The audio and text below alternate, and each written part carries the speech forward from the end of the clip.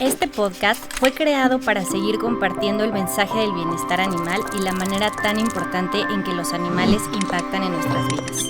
Ellos vienen no solo a acompañarnos, sino también a ser nuestros guías, maestros y espejos, regalándonos mensajes y enseñanzas importantes a quienes estemos dispuestos a escuchar y seguir evolucionando. Hoy te invito a abrir la mente y el corazón para encontrarnos en este espacio con nuestro lado más humano, donde cada vez seamos más humanos preocupados y haciendo el cambio, siendo cada vez más conscientes, más informados y sobre todo más y mejores humanos. Sé el humano que tu perro cree que eres. Amigos, bienvenidos a un episodio más de Más Humanos. Hoy estoy muy contenta y muy honrada de tener a la invitada que tengo aquí, que ahorita les voy a presentar. Ella es Ignacia Uribe, periodista, fundadora y directora de Fundación VEG, organización que ya tiene más de 12 años. Y también autora del libro Cómo ser vegan hoy, que lo tenemos por allá y ahorita vamos a platicar de él. Y este episodio es especial para mí porque hay muchos que me han compartido su inquietud de cómo podemos ir iniciando y adentrándonos en este estilo de vida por muchas cuestiones que ahorita vamos a platicar, porque es una postura, no es una dieta. Entonces ahorita Ig nos va a platicar mucho más a fondo y este tipo de episodios nos van sirviendo para irnos adentrando en estos temas. Espero que les sirva y les guste muchísimo. Y bueno, empiezo por platicarles que en Fundación VEG tienen 3 pilares. El primero es promover la alimentación basada en plantas y reducir el sufrimiento innecesario de los animales criados para el consumo. Segundo, a través de Observatorio Animal, promover legislaciones en favor de generar cambios hacia el bienestar animal de estos mismos. Y tercero, una certificación vegana, que es B-Label, que está en varios países, incluyendo México, para certificar alimentos, cosméticos, textiles, entre otros. Bienvenida, Ig. Muchas gracias, Pam. Muy contenta de estar aquí. Bueno, los chilenos hablamos muy rápido, así que voy a intentar bajar las revoluciones. Así que si de repente también algo no se entiende o cualquier cosa me cuentas. Regrese y escúcheme. No, yo la verdad estoy muy contenta también porque en este camino que les comenté y que ya les he platicado también en redes, pues a veces uno está muy confundido y cree que sustituir las cosas es un desbalance. Entonces, ¿cómo fue que tú iniciaste en este camino del bienestar animal y cómo fundas Fundación VEG? Bueno, yo comencé bastante pequeña. En el libro cuento toda la historia, acá se las voy a resumir, pero siempre digo que crecí con muchos privilegios, como que soy muy consciente de mis privilegios. En mi casa nunca faltaba la comida, el amor, etcétera, pero creo que uno de mis mayores privilegios, que en ese minuto no lo vi, fue crecer en el campo, fuera de la ciudad. Entonces crecí en contacto con muchos animales, a diferencia de los niños de hoy que en general nunca, como que pueden comer pollo todos los días, pero nunca ven realmente al animal, al pollito. Claro. Entonces yo crecí con ese contacto directo con los animales y entre todo esto tuve de mascota un cerdito. Entonces esa fue mi primera conexión de luego unos años más tarde descubrir que algunas cosas que comíamos en mi casa eran de cerdos iguales al mío. Entonces eso me pareció horrible y se lo dije a mi mamá, o sea, como yo no voy a seguir comiendo salchichas, chuleta, o sea, nunca más. Y mi mamá me dijo, perfecto, ningún problema, me entendió, yo de haber tenido 8 años. Y fue al supermercado y me compró todo de pavo, o sea, compró jamón de pavo, salchichas de pavo, y siempre pienso como, ¿qué hubiera pasado si en ese minuto, imagínate, en un pueblo perdido de Chile, que estamos al fin del mundo, como hoy, hubieran existido alternativas plant-based o veganas en el supermercado? O sea, claro, quizás otra sería la historia. Claro. Pero en ese minuto fue solamente este tema de ya, cambiemos el jamón por jamón de pavo, cambiemos la salchicha por salchicha de pavo. Y luego cuando crecí un poco más, ya como en la adolescencia, que uno empieza como a cuestionarse todo y ser más rebelde contra el mundo, me empezó a hacer mucho ruido esto de, ok, no como cerdos porque tuve un cerdito de mascota, pero no tuve ningún pavo de mascota, entonces me parecía totalmente injusto. Y fue en un viaje a Europa que duró un tiempo porque era como un intercambio, donde el primer día tomé la decisión y dije soy vegetariana porque en ese minuto estaba en Alemania, donde estaba todo mucho más avanzado que en Chile, donde habían hamburguesas vegetarianas y veganas en el supermercado, donde habían leches vegetales, o sea, donde era otro mundo en realidad. Claro. Y me pasé todo ese mes allá siendo vegetariana y cuando volví a Chile dije, o sea, ya no voy a seguir con esto, o sea, no voy a retroceder, exacto. Pero también creo que en ese minuto de mi vida, y también lo cuento en el libro, tenía el tiempo para reflexionar en estas cosas, separarla. Mi mamá me seguía haciendo la comida con carne y yo me daba el tiempo de separarla. Sí. Entiendo que hoy en día sería mucho más difícil, no tengo ese tiempo, tengo 2 hijos, entonces también empatizo mucho con las personas que no hicieron ese cambio en la adolescencia, como lo hice yo, y que creo que también mientras más tiempo pasa un hábito, que uno lo sigue teniendo como hábito, no sé, mientras más tiempo uno fuma o mientras más tiempo uno hace cierta cosa, también más difícil es dejar ese hábito, por muy malo que sea. No, y además ellos no tuvieron esta información y estas herramientas, como bien dices, eran otros tiempos, no se puede juzgar el pasado con la sabiduría del presente, ¿no? Pero hoy que sí tenemos esas opciones, es donde está ya la reflexión y el cambio. ¿Y cómo decides fundar Fundación Veg? Bueno, entonces en el colegio me hice vegetariana, tenía muchos amigos vegetarianos que ya eran incluso antes que yo.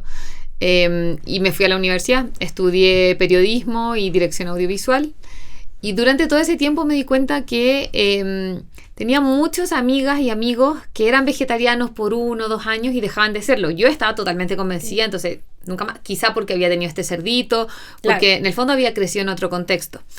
Y cuando salí, yo entré a estudiar periodismo porque me gustaban mucho los animales y tenía esta fantasía de trabajar como en Nat Geo, recorrer el mundo. Pero cuando salí, obviamente me di cuenta que eso era casi imposible. Es muy difícil ser camarógrafo haciendo documentales para Nat Geo. O sea, todavía imagínate recién graduada. Entonces dije, ya, voy a hacer algo en mi tiempo libre. Mientras trabajaba en otras cosas de periodista, voy a hacer algo por los animales. Y empecé a darme cuenta de esto, de que tenía estos amigos que habían dejado de ser y les preguntaba, ¿por qué? ¿Por qué dejaste de ser vegetariana? ¿Por qué dejaste de ser vegano? Y me decían, no, es que no sabía dónde comer. Cuando me hacían preguntas no sabía qué contestar. Entonces así se me ocurrió crear algo que yo sabía hacer, que era un medio de comunicación online, una especie de blog donde tenía personas que escribían, en el fondo mis voluntarios eran bloggers, escritores, etcétera. Y ahí empezamos a contar recetas, dónde comer, qué productos nuevos habían, y fuimos ayudando también a las empresas a lanzar nuevos productos vegetarianos al mercado porque teníamos esta gran comunidad. Y ahí también nacieron las certificaciones veganas. El año 2013 lanzamos nuestra propia certificación. La creación de la organización fue el 2012. El 5 de junio es nuestro aniversario, que es el Día Mundial del Medio Ambiente. Porque también está muy relacionado. Claro. Y comenzamos al año siguiente ya por un lado a hacer el tema de las certificaciones veganas porque nos parecía muy importante. En esa época certificábamos vegetariano y vegano, hoy solo certificamos vegano. Y también comenzamos a hacer campañas. La primera campaña fue Lunes sin carne. Entonces ahí este medio digital, que en el fondo los medios tienen una línea editorial obviamente, pero también tienen ciertas cosas que hacen y ciertas que no. Entonces ya era un medio haciendo una campaña que no tenía sentido y derivamos a hacer una organización. Tú quisiste simplificar o facilitarle a las personas que justo querían seguir ese camino la información y la forma de cómo serlo y no morir en el intento, sobre todo porque si pensamos que venimos de pues otro tipo de pensamiento, creencia, pues la presión social también es fuerte, ¿no? Y muchas personas no solo queremos serlo, que ahorita vamos a llegar a ese tema por los animales, que por supuesto que en este podcast es lo primero, pero también es por otras cosas, es por salud, es por el medio ambiente. Entonces, este libro, por favor, quien esté buscando cómo empezar, cómo empezar a adentrarse, a entender y el inicio de un estilo de vida vegetariano o vegano, no puede dejar de comprar este libro porque de verdad que les va a servir muchísimo. Yo cuando lo termine les voy a hacer también una reseña especial. Buenísimo. Solo comentar que, no está disponible lamentablemente en las librerías de México, pero se puede encargar por Buscalibre. Buscalibre.com lo encuentran y llega en muy pocos días acá a México. Está a muy buen precio, así que ahí lo encuentran. Perfecto. Ahí yo también les voy a dejar la información de cómo conseguirlo. Hablando de esto, que el veganismo no es una dieta, sino una postura ética, ¿cuál es la diferencia que tú ves en ser, pues, por una moda o por simplemente no comer animales a tener esta postura? Yo creo que, en realidad, y también hablo esto en el libro, creo que todo sirve. O sea, creo que más allá de nuestro ego y de que queramos los veganos, que todo el mundo sea vegano o no lo sea y que no se llamen veganos, creo que tenemos que ser más flexibles porque en el fondo esto lo hacemos por los animales. Y a los animales realmente les sirva que la gente vaya paso a paso. Claro. Si alguien me dice, pucha, yo soy vegetariana, pero a veces como, por ejemplo, pescado, yo no le voy a decir, no eres vegetariana en realidad, o soy vegana, pero a veces me como, qué sé yo, un huevo 2 veces al año. Porque finalmente, también pongo este ejemplo en el libro, esto es como hacer deporte. O sea, una persona que hace deporte todos los días, por ejemplo, pero de repente se va de viaje y no tiene dónde hacer deporte o se lesiona, eso no quita que deje de ser deportista. Claro. Simplemente hubo un minuto donde no pudo hacerlo, quizás Claro. fuiste a la casa de tu abuelita o fuiste a una boda y no había nada vegano y te comiste algo con huevo, por ejemplo. Pero creo que no tenemos que ser tan estrictos y expulsar tampoco a las personas de nuestro movimiento simplemente por, no sé, comerse una galleta o tener un desliz de ese tipo. Yo soy súper flexible con eso, pero sí creo que el veganismo en el fondo, es un movimiento político y social en favor de los animales. Entonces, no hay nada más político que la alimentación, y de hecho nosotros también trabajamos directamente en políticas públicas por eso, por cómo se tratan a los animales que son criados para consumo, por un lado que... O sea, si fuera por mí, ojalá no se criara ninguno, pero hay que ser realistas también. Y hoy en día hay miles de millones de animales escondidos de nuestra vista, viviendo en jaulas pequeñísimas, en unas condiciones terribles. ¿Cómo podemos mejorar también la vida de esos animales? Me parece muy importante. Totalmente. Ese es un tema que sería la prioridad, y muy importante lo que dices de no juzgar tan duramente a las personas que pues practican este estilo de vida, ¿no? Si tú eliges ser deportista y un día no corres, nunca he visto que le digan, oye, hoy no corriste, no eres un deportista. En cambio, sí son muy duros, y creo que eso más refleja el interior de esa persona que está criticando.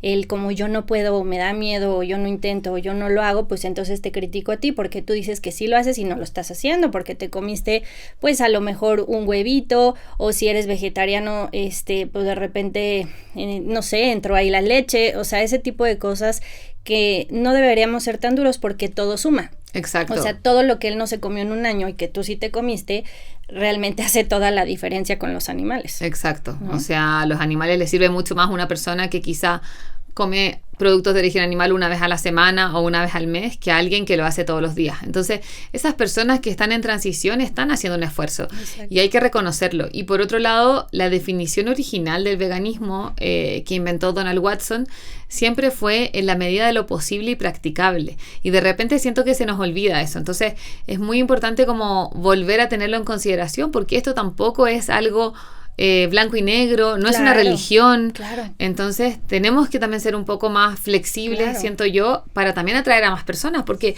mientras más personas se definan como veganos, vegetarianos o flexitarianos, incluso si no lo son al 100%, están ayudando al movimiento, porque, por ejemplo, más empresas se van a interesar en sacar productos veganos al mercado. Claro, si tú comes carne y un día eliges no hacerlo, estás ayudando al movimiento. Entonces, eso es lo que para mí es muy importante, que sepamos que cada elección, cada día, cada pequeño paso es un gran paso, y que si lo inculcamos en nuestro alrededor, pues bueno, hacemos toda la diferencia, ¿no? Como siempre les platico. ¿Cuáles son los desafíos más grandes que tú ves en Latinoamérica en este tema? Ajá, sí. Creo que uno de los mayores desafíos está en cambiar las legislaciones que tenemos. Hoy en día hay muchos avances alrededor del mundo donde se han reconocido desde hace varios años a los animales, por ejemplo, en distintas legislaciones, resguardando su bienestar, no necesariamente dejando de comérselos, pero sí, por ejemplo, prohibiendo prácticas crueles, como por ejemplo la cocción de crustáceos vivos, que es algo muy común en Latinoamérica. La cría, por ejemplo, las granjas de pulpos, que es algo que ya se está comenzando a hacer en España, y acá en México también ya hay un proyecto, por ejemplo, de la UNAM, que dicen que es investigativo, pero hay una granja de pulpos, exactamente. Entonces, ese tipo de cosas ya se están prohibiendo alrededor del mundo, y creo que tenemos ahí un gran desafío como activistas para prohibir ese tipo de prácticas. Y también siempre digo como... no necesariamente uno tiene que ser vegana o vegano para ser un aliado de esta causa. O sea, ya con votar, por ejemplo, a políticos que estén de acuerdo con entregarle más derechos a los animales, estamos haciendo un gran avance. O sea, quizás a ti te cuesta ser vegana, por ejemplo, en tu casa, pero a la hora de ir a votar es muy importante también que como ciudadanas y ciudadanos nos demos cuenta de eso, como cuáles son los políticos que podrían favorecer a los animales. Creo que ahí hay un gran tema también. O sea, nos involucremos. Exacto, ¿no? Como uno no necesita ser vegana o vegano para apoyar estas políticas públicas. Y por otro lado también creo que uno de los grandes desafíos es facilitarle a las personas esta transición y ojalá dificultar el comer productos de origen animal, que claro, dicho sea de paso, por ejemplo, también está comprobado que muchos de ellos son altamente cancerígenos, están en el mismo grupo que el tabaco, según la OMS.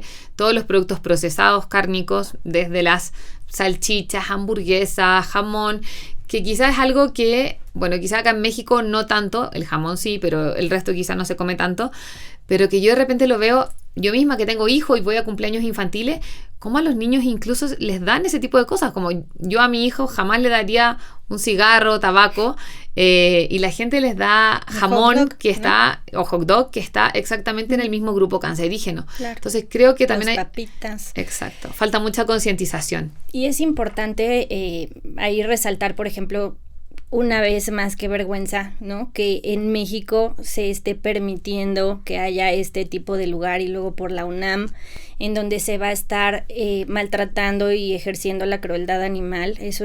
Por eso es tan importante que tengamos la información, porque como no sabemos, pues no podemos hacer nada, pero si sí sabemos, empezamos a etiquetar, empezamos a sumar esfuerzos, a firmar, a exigir, porque esa es la única manera en que las cosas realmente pueden cambiar, ¿no? Claro, hay una petición, ¿sí?, hablando de eso, para firmar contra las granjas de pulpo, así que cualquier persona que esté viendo este programa, justo, sí, ojalá pueda firmar. Eso es súper, súper importante. Estaba viendo también que en este tema de los animales acuáticos están trabajando para evitar ese sufrimiento innecesario, ¿no? Que realmente ahorita la palabra innecesario, como tú dices, es muy importante. Ahorita nos lo desarrollas, pero trabajando en una ley general de pesca que reconozca a estos animales acuáticos como seres sintientes, y es volver a lo mismo que decías ahorita. Estamos acostumbrados a ir a un restaurante y ver que ahí tienen a las langostas amarradas, ¿no? Y tú escoges a cuál maten para que pues, te la comas. ¿Cómo es posible que podamos hacer eso y que inculquemos eso? El pulpo, platicando con un chef, ¿no? Para poderlo comer y todo lo tienen que poner primero en agua helada, luego en agua hirviendo, helada, hirviendo, el animal vivo, para que entonces los nervios y la piel y no sé qué, y te lo comas. Entonces imagínate cómo es posible que estemos tan desconectados y tan desensibilizados que aún sabiendo estas cosas podamos llegar a comer eso, ¿no? Es muy importante que ya hagamos esa conexión. En el plato tú no estás viendo al animal, pero tú debes de estar pensando de dónde viene esto, qué es lo que estás permitiendo, a quién le estás pagando y qué estás fomentando. O también, si no hay demanda, pues no hubiera oferta, ¿no? Exactamente. Creo que esa es una clave, porque muchas personas demonizan, por ejemplo, a las empresas, pero somos nosotros quienes somos responsables, porque en realidad sin demanda no hay oferta. O sea, eso es como lo básico de nuestro sistema al menos. Uh-huh. Entonces creo que también es muy importante visibilizar a los peces y a los animales acuáticos, porque son los grandes olvidados, como exacto, no gritan, como no vemos realmente como esas características que tienen los animales terrestres por lo general, al menos por ejemplo... No los ves llorar o enjaulados, ¿no? Exactamente. En Chile no se protegen, por ejemplo, con las mismas leyes que se protegen a los animales terrestres, y eso es lo que intentamos hacer hace un par de semanas atrás, introduciendo esta indicación en la ley de pesca de que fueran reconocidos como seres sintientes, que dicho sea de paso tampoco es algo que nosotros antojadizo, que nosotros inventamos. O sea, claro, hay mucha evidencia científica que respalda esto. Hay declaraciones, la declaración de Cambridge que firmó incluso Stephen Hawking, está la declaración de conciencia de Nueva York que se firmó ahora en abril de este año. O sea, hay un montón de evidencia científica, de estudios científicos de que los peces son mucho más complejos de lo que los seres humanos pensamos, y también tienen unas muertes terribles. O sea, se ahogan estando en la superficie, pueden pasar horas, y simplemente darle el mismo reconocimiento que a los animales terrestres sería un gran paso, que además ya lo han dado, claro, otros países como Reino Unido, Noruega, Austria, Suiza. La Agencia de Seguridad Alimentaria Europea incluso los reconoce tanto a los peces, a los camarones y otros animales acuáticos como seres sintientes, que es lo que son. Pero hubo en Chile al menos un gran revuelo por esto, o sea, se viralizó, muchas personas salieron a decir que era ridículo, a pesar de que hay muchas encuestas que dicen que las personas en Chile están de acuerdo con reconocer a todos los animales vertebrados y a gran parte de los invertebrados como seres sintientes en nuestra legislación, pero muchas veces las redes sociales pesan más, entonces el Congreso lo rechazó. Va siendo lento. Exacto, son avances que son lentos, pero al menos el tema... Lo que yo veo es que al menos el tema se instaló. Exacto. Y aunque muchas personas se rieron y lo encontraron ridículo, me parece que a otras personas también les va a hacer sentido y que la próxima vez que se enfrenten a la posibilidad de comer o no comer peces o animales acuáticos, van a pensárselo 2 veces. Y vamos avanzando. O sea, es como hace 20 años las personas que se ponían fuera de la plaza de toros, les decían que ridículos. ¿Qué hace ahí? O sea, nunca va a pasar eso, los insultaban, los agredían. ¿Qué pasa hoy? Que ya se están prohibiendo. Entonces, tal cual, eso que dices, a lo mejor ahorita, como estamos muy concentrados en ir paso a pasito con los terrestres, pues eso lo vemos, pues, ahí para mañana, ¿no? Sin embargo, ya está caminando, porque también, pues en muchos documentales lo podemos ver, y no nada más los peces y los camarones y la langosta y todo esto, el pulpo, sino las ballenas, los delfines, ¿no? Tantos documentales como son separados de su familia y como sufren muchas veces, pierden las ganas de vivir o atentan contra su integridad por esta misma sintiencia y este dolor innecesario. Y ahí es muy importante porque a las personas muchas veces les importa mucho, no sé, las ballenas, los delfines, las tortugas, etcétera. Y no se dan cuenta que comer pescado es su principal amenaza. Porque por cada kilo de pescado que se pesca en pesca de arrastre, existen 2 kilos de pesca incidental, o sea que son animales mucho más grandes y por eso hay tantos kilos que se pescan sin querer, se atoran en estas redes y la mayoría no sobrevive. Entonces la principal amenaza de esos animales acuáticos que a las personas adoran somos nosotros, somos los seres humanos comiendo pescado. Lo mismo con la acuicultura. Nosotros en Chile, por ejemplo, que es uno de los grandes productores de salmón del mundo, a cada rato tenemos problemas en que incluso se escaparon, por ejemplo, un montón de salmones, y eso es como si se hubieran escapado miles de millones de, no sé, ratones, por ejemplo, en un ecosistema que no está hecho para eso, no está pensado para eso. Entonces, esas especies van a afectar a otras, y esas especies en realidad que se escaparon, esos salmones, están ahí porque hay un consumo humano detrás. Si no, no estarían. Entonces creo que es muy importante. Todo va conectado. Tal cual. Las personas de repente piensan que por dejar de usar popote están ayudando a la vida marina. Los popotes son el 0,3 del plástico en el mar, y la mayoría del plástico viene de las redes de pesca también. Entonces, al final está todo relacionado a eso. Y nos comemos su propio alimento. Tal cual. Sí, está terrible. Y, por ejemplo, en este pensamiento que busca aliviar la conciencia y decir, bueno, yo como carne pero kosher o carne orgánica, ¿me puedes explicar? Ahí, ¿tú qué opinas? Yo creo que no hay forma de matar a alguien que no quiere morir. O sea, no hay forma humana. Si a uno le dicen, mira, esta tal persona la vamos a matar mientras duerme, no se va a dar cuenta, no va a saber. Es lo mismo con los animales. O sea, lo único que tienen los animales es su vida y se la quitamos. Es lo único que tienen, no tienen nada más. Nosotros tenemos muchas cosas, pero los animales lo único que tienen es su vida. Entonces, a mí me parece que en realidad no existe justificación.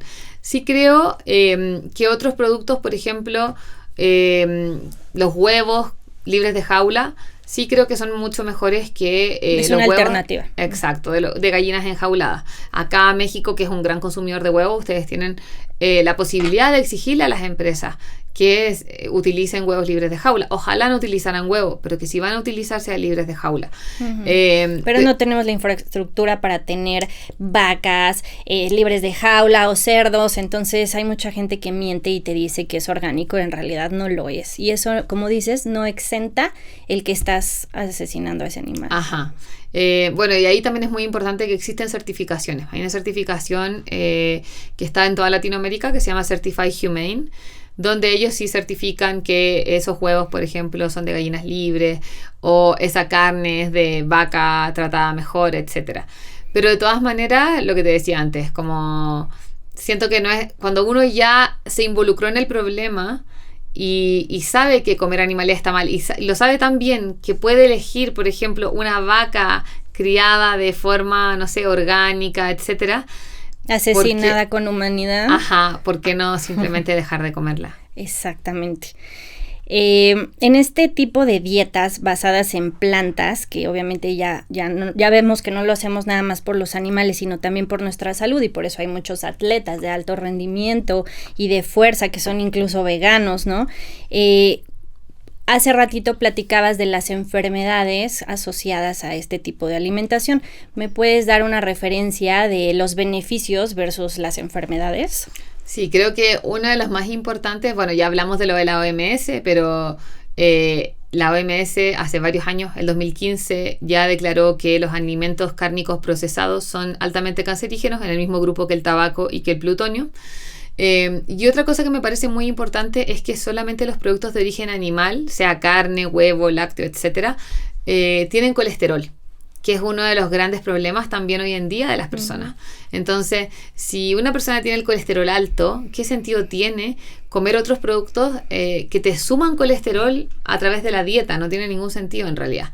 Entonces, uno inmediatamente, por ejemplo, baja el colesterol al seguir una dieta plant-based. Y por otro lado, existen también asociaciones de nutricionistas y de médicos, como por ejemplo la Asociación de Nutricionistas Americana, que es la más grande de su tipo en el mundo, que agrupa la mayor cantidad de profesionales, donde ya también hace mucho tiempo han dicho que la dieta vegetariana, incluso la dieta vegana o vegetariana estricta, es apta para cualquier persona en cualquier momento de su vida. Eso incluye niños, infantes, mujeres embarazadas, mujeres que están en lactancia, tercera edad, por ejemplo, deportistas de alto rendimiento. O sea, cualquier persona que lo haga de forma consciente y equilibrada puede seguir una dieta 100% vegana y va a ser apta y va a tener todos los nutrientes. Un pretexto más tumbado, ¿no? Ajá. De que es que ya es grandecito, él ya es un viejito. No, es que él es un niño, todavía no puede, no. O sea, al contrario, en todas las etapas de la vida puedes cuidar tu alimentación y tu salud. Tal cual.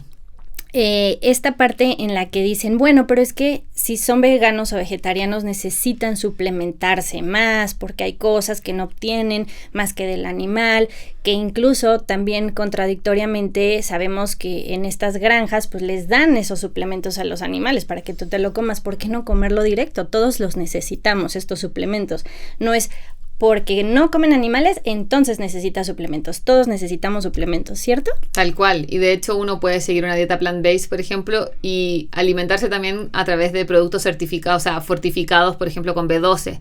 Hay leches fortificadas con B12, hay carnes vegetales fortificadas con B12. Pero claro, por ejemplo, la B12 es una de las grandes como vitaminas que los veganos sí generalmente suplementamos, pero no es porque venga de los animales, de hecho es de origen mineral, sino que a los animales se les suplementa B12, pero esto también es porque cambió el sistema productivo. O sea, antes las personas veganas, hace 50, 60 años atrás, ni siquiera se suplementaban con B12 porque la B12 viene de la tierra. Entonces, los alimentos eran mucho menos inocuos que hoy. Hoy está todo hidropónico, casi sin tierra, etcétera. Sí. Entonces, que a mí no me parece mal tampoco, pero en el fondo es una forma diferente de cultivar. Entonces, hoy en día los alimentos son más inocuos, tienen menor tierra, entonces también viene menos B12 en ellos, los alimentos vegetales. Y por otro lado, también los animales se crían menos al aire libre, comiendo pasto y tierra. Sí. Entonces, por lo mismo, deben suplementarlos para que, de nuevo, tenga B12 esa carne. Y al final es quitar un paso de la ecuación y simplemente consumirla directamente. Exactamente, no tienes por qué consumirla del animal al cual se la dan, si tú la puedes consumir y directo. Lo mismo pasa, por ejemplo, con el omega 3, que las personas te dicen, oye, hay que comer pescado para el omega 3. Salmón, ¿no? El omega 3 en realidad viene de las algas. Y el pez, al comer algas, lo saca de ahí, o comer otros peces que han comido algas. Wow. Entonces, si nosotros comemos alga de vez en cuando, ya también tenemos omega 3. Y en el fondo así con todo. Sí, es que también el calcio, la gelatina o el huesito, el caldo de huesito. ¿Para el calcio? No. ¿No, verdad?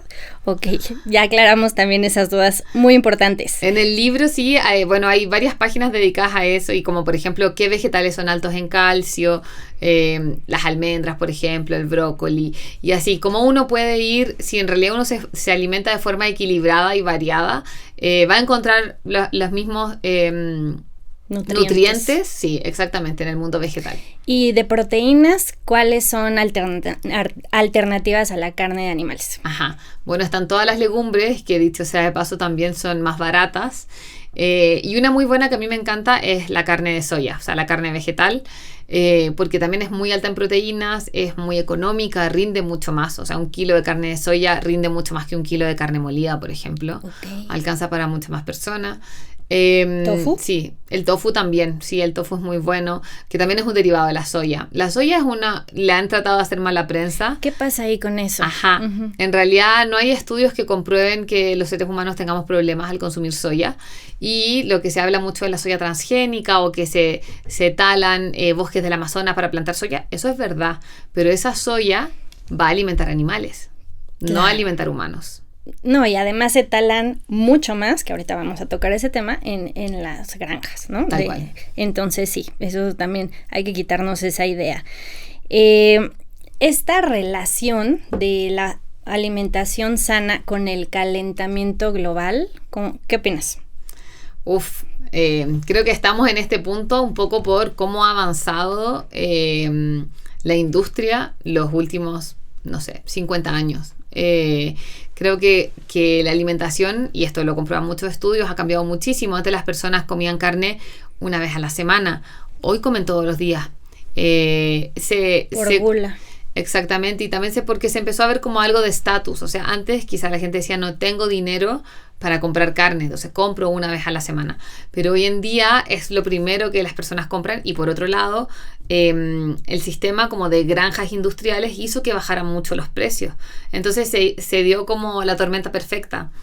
Y hoy en día estamos comiendo mucho más carne como sociedad, y esto va avanzando en los países en desarrollo como nosotros, que somos latinoamericanos, y al mismo tiempo nos llevamos también como la presión de producir mucha carne que consume el resto del mundo. Por ejemplo, Brasil, que exporta un montón de carne. Nosotros en Chile también exportamos mucho cerdo.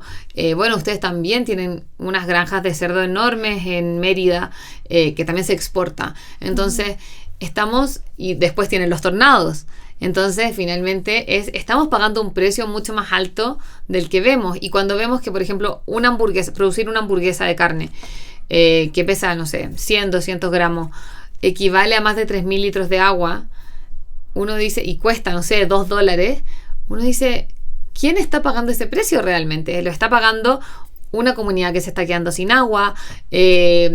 Personas que trabajan en los mataderos a los que se les paga muy poco. O sea, en realidad hay un costo gigante medioambiental, social, etcétera, que está detrás de estos precios.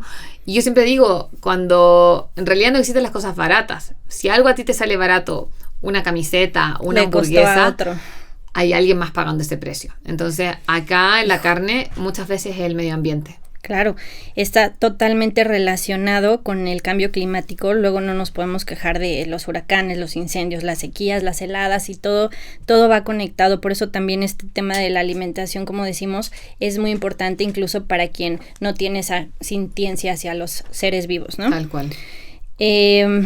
Leyendo justamente cosas que ustedes comparten en Fundación Beck, que por cierto me encanta su página. Gracias. Por favor síganla.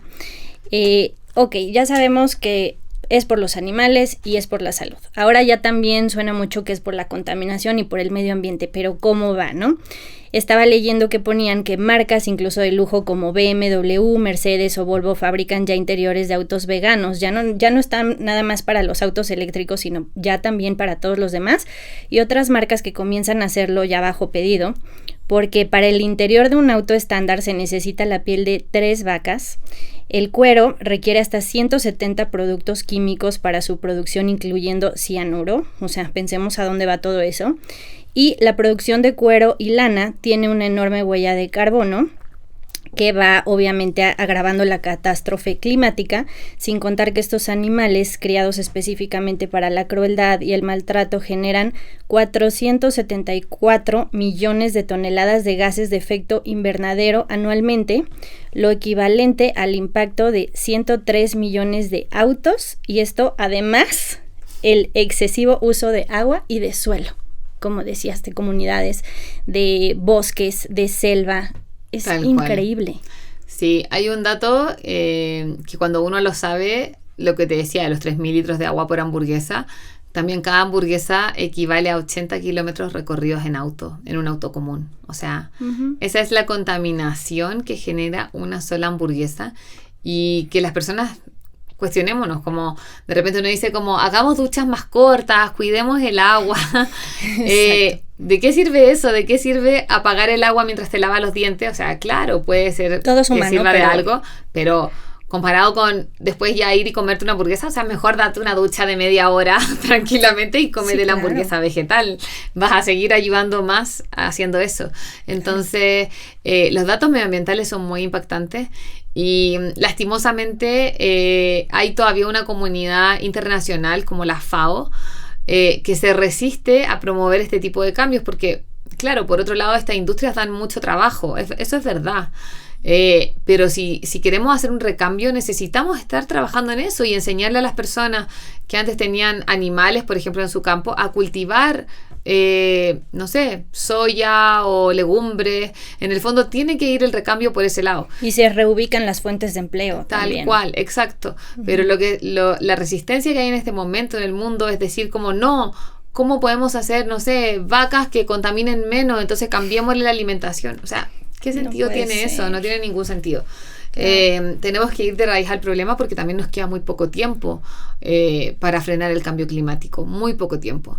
Entonces es urgente que cambiemos nuestros hábitos alimenticios porque si no, no lo vamos a lograr. O sea, estamos acá por culpa de los hábitos alimenticios. Y uno también puede decir, no sé, por ejemplo, Chile, mi país, tiene una gran industria minera, que uno dice las mineras también contaminan un montón. Sí, pero ¿qué puedes hacer tú por las mineras? Puedes decir no ocupo más productos con cobre.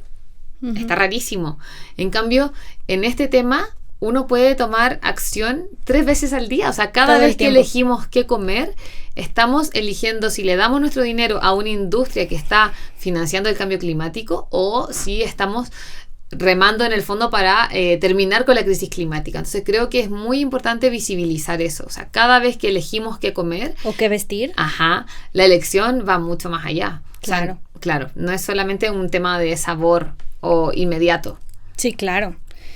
Otra cosa que me parece súper importante es que tú tienes 2 pequeñitos, ¿no? Entonces, vi en algo que compartías que lo que te gustaba compartirles a ellos es que todas las vidas importan, cada animal merece respeto y una vida digna, y ellos quieren estar tan bien con su mamá como ustedes. Eso les compartes a ellos 2. Qué orgullo tener una mamá como tú que además trabaje tanto por las personas, por los animales, por el planeta. Por favor, para quien tiene hijos y no sabe si es bueno este estilo de vida para los niños o no sabe cómo, porque me imagino en tu embarazo, pues tú vegana, estás rompiendo ahí muchos mitos, ¿no? ¿Cómo es que inicias este estilo de vida en ellos, en los niños? Ajá. Bueno, como tú dices, yo tuve también un embarazo así, libre de productos de origen animal. 2 embarazos. Sí, 2, claro. 2 embarazos. Y yo me preparé mucho porque sabía que nunca les iba a dar carne. O sea, fue algo que conversé, por ejemplo, con mi pareja mucho antes de tenerlos. Ya vivíamos en una casa libre de productos de origen animal. Entonces no hacía sentido, pero sabía que igual iba a haber oposición de las familias, porque en realidad no es algo tan común. No conocían. Yo sí conocía a otras familias con niños veganos, por ejemplo, pero no sé, mi mamá no conocía a ninguna. Entonces al principio creo que había mucho miedo también de parte de ellos, y también porque aparecen de repente estas noticias de, no sé, padres veganos no alimentaban a su hijo y lo dejaron morir. Claro, pero en realidad que fueran veganos o no es casi una anécdota, como que, no sé, claro, pensaban que se alimentaban de la luz del sol, o sea, como que esas noticias sí, de repente... comparado con lo que otros padres le hacen a sus hijos, pues bueno, nada que ver, ¿no? Ajá, que aparecen como en los medios de repente son muy malintencionadas también, o sea, yo como periodista lo veo. Creo que la clave está en asesorarse, en leer. Yo encontré una pediatra vegana, que seguramente acá en México también hay, que nos dio como los primeros pasos de alimentación para los niños. Y mis hijos en general, bueno, mis hijos son vegetarianos, por lo general su alimentación normal es vegana, pero sí, por ejemplo, yo tomé, y también lo cuento en el libro, tomé ciertas decisiones como por ejemplo, cuando los niños cumplen ciertos meses o antes del año, tienen que probar muchas cosas. Yo nunca les di pescado, ninguno de ese tipo de cosas, pero sí les di huevo. A ninguno le gustó cuando se los di, pero sí se los di porque no quería que desarrollaran la alergia, porque por ejemplo todavía lamentablemente hay muchas vacunas que se utiliza huevo. Entonces, y muchas veces uno lo va a vacunar a los niños y te preguntan, ¿es alérgico al huevo o no? Entonces yo quería como prevenir ese tipo de cosas, porque yo creo totalmente en la ciencia, estoy a favor de las vacunas, entonces quería que se pudieran poner, por ejemplo, todas las vacunas que existían. Entonces he hecho como ese tipo de concesiones, o no sé, un tiempo tomaron fórmula vegana, pero después ya les di la fórmula normal por un tema también de simplificarme, o cuando van a un cumpleaños, por ejemplo, infantil, prefiero que puedan comer el pastel. Qué difícil. Exactamente, o sea, su alimentación en general en el día a día es vegana, pero de repente sí tienen unas salidas vegetarianas, pero nunca han comido carne en su vida, y están perfectamente de salud, o sea, son... No sé, tienen mucha energía, demasiada. ¿Y qué te decía el pediatra, por ejemplo?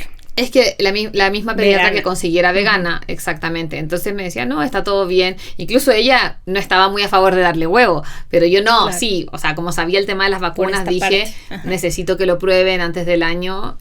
También porque... No sé, mi hija, por ejemplo, ahora tiene una compañera que no es vegana ni nada, o sea, come carne, etcétera, pero esa niñita es alérgica al huevo. Y o sea, que ella, por ejemplo, se coma una galleta, porque no es tan visible como la carne, el huevo. El huevo está en muchas cosas que uno no sabe. Sí. Entonces, esa niñita tenía... Los lácteos. Exacto, lo mismo. Entonces, tenía muchos problemas de decir, ojalá no pruebe nada, porque no sabemos si esto tiene huevo, si no, y le puede generar un problema tremendo. Entonces... yo preferí evitarles la alergia al huevo porque me parecía que era algo también más difícil de controlar, sobre todo en una sociedad donde los productos veganos no están tan a la mano.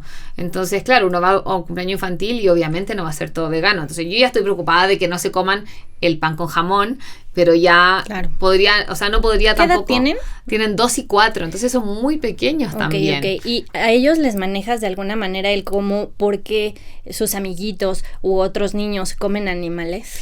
La de 4 ya entiende mucho más, o sea, ella desde más o menos los 3 años, tiene un vocabulario muy avanzado, más o menos desde los 2 años y medio, 3 años, entonces ahí yo le empecé a contar y ella sola se da cuenta y me avisa cuando alguien come carne porque ella lo encuentra una aberración terrible. Está mal, mamá. Claro, entonces va como a acusar a las personas conmigo, como tal persona está comiendo carne, o sus compañeros en el colegio, y ella sabe como que está mal, pero también en el fondo sabe que tiene que convivir con este otro mundo. Entonces, claro.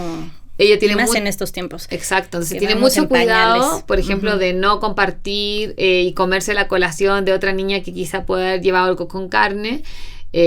Pero con el chico es mucho más difícil porque en realidad él todavía no tiene el vocabulario suficiente. O sea, ahora él te dice, yo no como carne de soya, te dice ciertas cosas, yo soy vegetariano, como que ha aprendido ciertas cosas, pero en el día a día es más difícil que él, tan pequeño, a los 2 años, se dé cuenta, por ejemplo, si un compañerito llevó algo con jamón o sin jamón. No, y además ahorita son bebés, pero en 10, 15, 20 años, imagínate qué padre va a ser poder decir eso, ¿no? Tal cual. Qué padre. Sí. Y también, o sea, no es... O sea, quiero volver al punto porque de repente es, ay, mira, come carne, eso es malo. No, ya quitemos eso. Ella, en realidad, tu pequeñita, está haciendo la conexión que nosotros rompemos o que nos rompe nuestro entorno, de decir, es que eso no es carne, es que ese es un cerdito, ese es un pollito, ese es un pavito, ese es una vaquita, o sea, esa conexión, o sea, es que no está mal comer carne, está mal matar a los animales y más si ni siquiera necesitamos comérnoslo, ¿no? Ya no estamos ahí en la cueva, vistiéndonos, como siempre digo, con sus pieles y todo, ya estamos en otra etapa y tenemos que asumir esa etapa y saber que esa conexión es importante para los niños si queremos un mundo diferente. Tal cual, sí. Y creo que también muy importante ahí para las personas que nos estén escuchando y que quizá quieran criar hijos vegetarianos o veganos, es muy importante como mostrarles que existe un mundo gigante de reemplazo. O sea, yo a ellos les doy mucho pollo vegano, compramos, no sé, pizza con pepperoni vegano. ¿Por qué? Porque los niños también ven eso en la televisión, en otros lugares, y imagínate como que lo estuviera todo el día comiendo brócoli, o sea, claro, como que no estarían se trata de eso. completamente aislados. Obviamente no se trata de eso, se trata de decir, podemos comer lo mismo, pero sin dañar a los animales. Totalmente. ¿Y es verdad que ser vegano o vegetariano es más caro? Yo creo que depende de qué tipo de dieta uno tenga. Si uno, por ejemplo, se enfoca en comer muchas legumbres, no, claramente no, va a ser mucho más barato. Obviamente si uno compra más reemplazos cárnicos, procesados, pero que por ser procesados no es que esté malo, sí, va a ser más caro. Entonces, en realidad, como depende del estilo de vida y del tiempo, yo creo que uno tenga. Si uno tiene tiempo de cocinar, legumbres, etcétera, puede ser mucho más barato. Si uno, o carne de soya, por ejemplo, también es mucho más barata. Pero si uno no tiene tiempo y va a pedir, lo que está perfecto en realidad, por Uber Eats, por ejemplo, su comida, donde hay muchas opciones veganas, claro, va a salir más caro. Entonces, creo que depende del contexto de cada persona. Y la ecuación entre el tiempo y el dinero.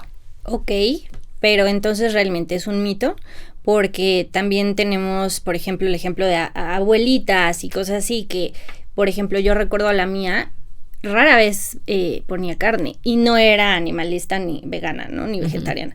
Pero eran muchas verduras, muchas legumbres, carbohidratos, y hay muchos estudios que señalan que incluso esa dieta te permite vivir más tiempo, ¿no? Ahí andamos con las operaciones y las cremas y todo bien padre, pero si no estamos consumiendo lo que realmente te puede dar más tiempo y calidad de vida, pues no tiene ningún caso. Y creo que también es importante, así como antes decía que en realidad no existen las cosas baratas, sino que si a uno algo le sale barato, a otra persona o a otra comunidad o al medio ambiente le sale caro. Creo que también es importante darnos cuenta de cómo priorizamos nuestra alimentación dentro de nuestro gasto, porque hay personas que de repente uno las ve como en un super auto con unas super botas lujosas y que se gastaron, no sé, $300 comprándose unos zapatos y después quieren darle el hot dog más barato o la leche más barata a sí mismo o a sus hijos. Sí. Y en realidad ahí hay un problema de prioridades, porque finalmente la comida y cómo nos alimentamos es como la benzina que le estamos poniendo a nuestro cuerpo finalmente, como la energía, todo viene de ahí. Entonces, ¿por qué pagar por la benzina más cara, por el combustible más caro, por ejemplo, para nuestro auto y después nosotros comernos lo más barato? Exacto. O sea, si hay algo donde uno debería invertir es en la alimentación. Totalmente, es la base de nuestra salud. Ahí estamos invirtiendo en salud, tal cual. Por ejemplo, ¿no has escuchado personas que dicen las plantas también sienten y sufren? Entonces, o si todos fuéramos vegetarianos nos acabaríamos las hectáreas del planeta, entonces ya no podríamos vivir aquí. ¿Qué me puedes decir de eso? Te puedo decir que tengo una sección con esas preguntas en el libro. Perfecto, sí. No es el libro ya, es la Biblia de hoy. Ajá. Sí. Sí, son preguntas un poco ridículas, pero que las personas veganas siempre contestamos. Creo que hay muchas respuestas posibles, pero la principal es, sí, por ejemplo, en el caso de las plantas. Si a ti te preocupan realmente las plantas y si tú sientes que las plantas realmente son importantes y sienten, etcétera, al comer animales estás afectando a más plantas, porque los animales comen plantas. Y acaban todas esas hectáreas para tener las granjas o para darles de comer a ellos. Entonces mejor eliminar a los animales de la ecuación, porque en realidad, por ejemplo, para cada kilo de carne se necesitan más o menos 20 kilos de cereales, o sea, de plantas. Claro. Entonces, también hay que, o sea, yo creo que en general las personas hacen esas preguntas sin realmente querer la respuesta. Sí, para voltear el espejo, ¿no? Nada más de yo, ¿por qué no lo hago? Es que la planta también siente. Ajá. pero no. Sí, pero las respuestas están y están todas en el libro. Y además también, pues es importante que sepamos que los animales tienen un sistema nervioso y conciencia de su entorno. Ahí está la respuesta. Ajá. A todos los que están más preocupados a veces por las plantas. Que claramente las plantas no lo tienen, pero es que me parece tan obvio. Es increíble, sí. Y una vez me hizo esa pregunta un diputado de la República en Chile. O sea, imagínate. Sí, claro. Como el nivel. Y es que justo eso, o sea, ahorita la gente más mayor o mayor simplemente es la que tiene más estas ideas, estos conceptos súper arraigados de no necesitamos la carne.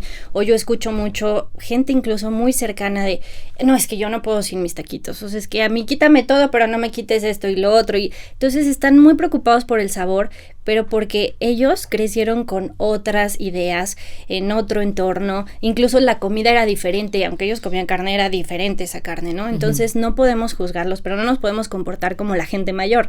Nosotros ya somos otra generación y vamos dejando nuevas generaciones. Sí. Entonces ya tenemos la información y eso es una gran responsabilidad y ya te quita ese pretexto que ellos sí podían tener. Sí, bueno, y ese cambio de hábitos obviamente para ellos es más difícil.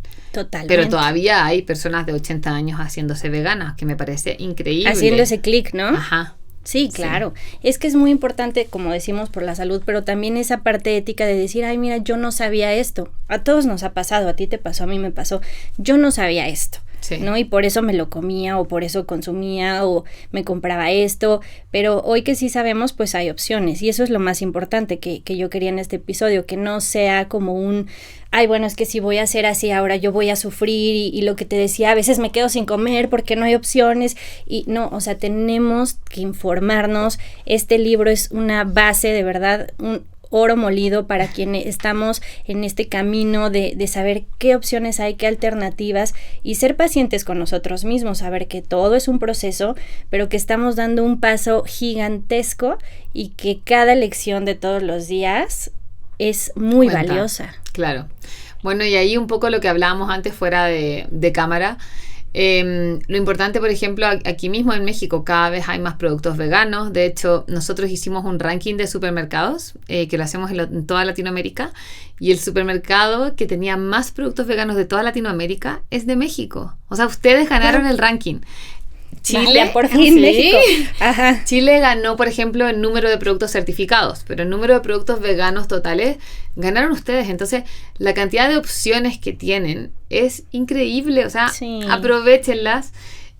Bueno, y ahí también es muy importante volver al tema de las certificaciones veganas, porque le facilitan a las personas ver y no tener que leer etiquetas y decir, ah, ya, este producto es vegano y quizá tengo dos productos, quizá yo no soy vegana, pero tengo un producto vegano certificado que veo que tiene el B-Label y un producto, no sé, de origen animal, o sea, tengo una leche y tengo el otro, me voy rápidamente por el vegano. ¿Por qué? Porque sé que estoy ayudando no solamente a los animales, también al medio ambiente, a mi propia salud. Todo. Entonces, sí, ahí es muy importante, y contarte que en México ya hay más de 50 empresas que están certificadas.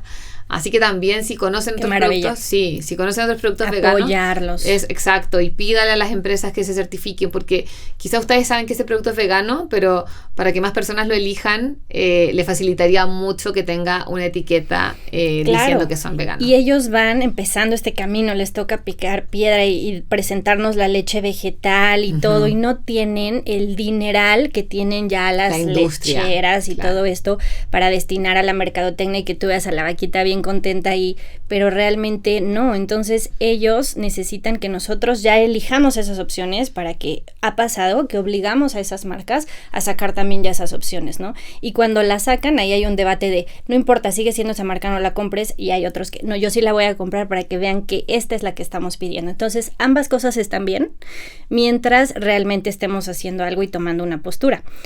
Y también te quería preguntar, porque esto también me pareció muy importante, ¿no es lo mismo cruelty free a vegano? No, ese es un tema súper importante, porque existe una confusión de muchas veces pensar que porque una marca, por ejemplo, cosmética, está certificada cruelty free, automáticamente ese producto es vegano. No es así. O sea, el cruelty free está buenísimo, pero lo que comprueba una certificación cruelty free es que ni el producto ni sus ingredientes fueron testeados o probados en animales, o sea, en laboratorio, que hay un sufrimiento brutal también. pero un producto, por ejemplo, puede estar certificado cruelty free y contener productos de origen animal, como por ejemplo grasa de cerdo, que es muy común en cremas o en jabón, carmín de cochinilla, que es un colorante muy común, por ejemplo, para labiales, porque es rojo y son insectos molidos. Ay, no. Sí. Besos a todos. Cera de abeja, por ejemplo. O sea, existen muchos productos de origen animal en todas partes. O sea, existe un libro que se llama PIC 05049, donde una diseñadora holandesa, también cuento esto en el libro, siguió un cerdo desde el momento de su muerte y descubrió que terminan más de 100 productos diferentes que uno jamás asociaría a la carne. O sea, wow, que no es lo que yo te decía antes, como lo que pasa un poco con el huevo, con la leche, que uno no ve a simple vista que este producto tiene algo de origen animal. Entonces, hay jabones, cremas para la cara, pegamento de zapatillas, pinturas de pared. O sea, hay un millón de cosas que pueden contener productos de origen animal y por lo mismo hay un millón de cosas que pueden ser veganas o no serlo. Pero dentro de las grandes categorías está la alimentación, la cosmética y el textil. Ustedes acá tienen muy buenas empresas, como por ejemplo Deserto, que no sé si la conoces, pero claro, ellos también están certificados veganos con B-Label y son de categoría mundial. Pero por ejemplo, todo hecho con piel de cactus, ¿no? Ajá. Y es súper de lujo. Tal cual, sí, es buenísima. Pero por ejemplo en cosmética falta mucho todavía, mucho avance, porque como el cruelty free avanzó tanto, que me parece excelente que las cosas no estén probadas en animales, muchas personas se quedaron con la idea errónea de que eso ya era vegano, pero en realidad no lo es. Entonces es buenísimo que una misma marca tenga ambas certificaciones, o sea, que tenga la certificación vegana y cruelty free, una marca cosmética o por ejemplo de higiene, de limpieza. Entonces, poco a poco, lo importante aquí que queremos dejar de conclusión es que tenemos que irnos adentrando, informando, y poco a poco es querer correr un maratón y ya mañana cambio por completo todo. Pues no, estaría increíble, pero no se puede. Vamos sustituyendo lo que tenemos por otras cosas, vamos leyendo cómo ser vegano y vamos leyendo otras fuentes para ir viendo y conociendo esta información de cómo poder ir haciendo ese chip, y solitos, si transformamos eso de aquí a 50 años, solitos se inculcó, ¿no? Sí. Entonces ahí está, creo, para mí la clave más importante, el ser paciente también con la gente que pues tiene otras ideas y que creció en otros entornos sabiendo que ellos no tuvieron la oportunidad que nosotros. Como decías, el privilegio de tener esta información y de poder tomar otro tipo de decisiones, pero invitarlos, ¿no? A dejar de normalizar el comer a los animales, causarles sufrimiento innecesario, ponernos en su lugar siempre de que son seres vivos al igual que nosotros, tienen esas necesidades, tienen a sus familias de las cuales son separados. Entonces, si vamos haciendo ese clic, pues todo va a ser mucho mejor. Y les quiero también pedir que se acerquen, por ejemplo, a Fundación VEG para pedir estas asesorías. También tienen guías alimentarias, o sea, el libro, toda la información que comparten. Entonces, pues no tenemos pretextos para ya no saber, y saber también que hay que ser pacientes con nosotros mismos, ¿no? Esto es un compromiso y esto también me lo digo a mí. Y es un camino, ¿no? Como yo también te platicaba, que estoy en ese proceso, pero es con cariño porque es por un bien, es orgullosa de mis decisiones, es poco a poco, es irme informando, irme acercando a ese entorno donde yo quiero estar y compartir, y poco a poco ir haciendo pues ese gran cambio, ¿no? ¿Algún mensaje final que nos quieras dejar? Ay, Pam, creo que le dijiste todo, pero aprovecho de invitar a las personas que nos están escuchando. Justamente estamos en los últimos días de una encuesta que tenemos respecto al sello vegano B-Label. No es necesario ser vegana o vegano para contestarla, así que también te invito a ti a contestarla. Y uno está participando al contestarla por premios de productos certificados, así que está súper entretenido. Pueden encontrar la encuesta en nuestro Instagram de B-Label Latam. Uh-huh. Se escribe LABEL.latam. Así que ahí también te dejo invitada a ti y dejo invitada también a todas las personas que nos estén escuchando, que nos estén viendo, a contestar la encuesta porque son los últimos días y México creo que tiene un gran potencial para liderar, como te decía antes, este camino vegano al veganismo, porque ya, o sea, son los campeones de Latinoamérica con mayor cantidad de productos, así que... Qué lindo. Sí. Felicidades. Ay, no, pues gracias por estar aquí en México también, siguiendo pues con acción, ¿no? Y con el ejemplo todo esto, inspiras a mucha gente, te admiro mucho, te agradezco mucho el estar aquí con nosotros hoy y pues yo también quisiera despedirme con esa reflexión. Bueno, si quieren más cifras, también más información, más detalles, por favor sigan sus redes, ahí vienen todos los datos, la bibliografía de todo lo que platicamos, pero que elijamos el respeto a todos los seres vivos, lo que das vuelve, y elijamos la salud, cuidar el medio ambiente, este es el único planeta que tenemos, y si quieres cambiar el mundo, empieza por tu plato, sí. Por tu plato. Entonces, espero que les sirva, que compren este libro, ya les platico yo, me va a servir muchísimo. Muchas gracias por todas estas herramientas y esta información. Muchas gracias a ti, Pam, también por hacer este programa, me parece increíble, así que también te admiro muchísimo y muchas gracias por la invitación. Al contrario, ya nos veremos más adelante. Compártanlo, reflexiónenlo y nos dejan ahí sus comentarios para saber qué les pareció. Nos vemos el siguiente episodio. Nos vemos. Bye. Mastodóntica.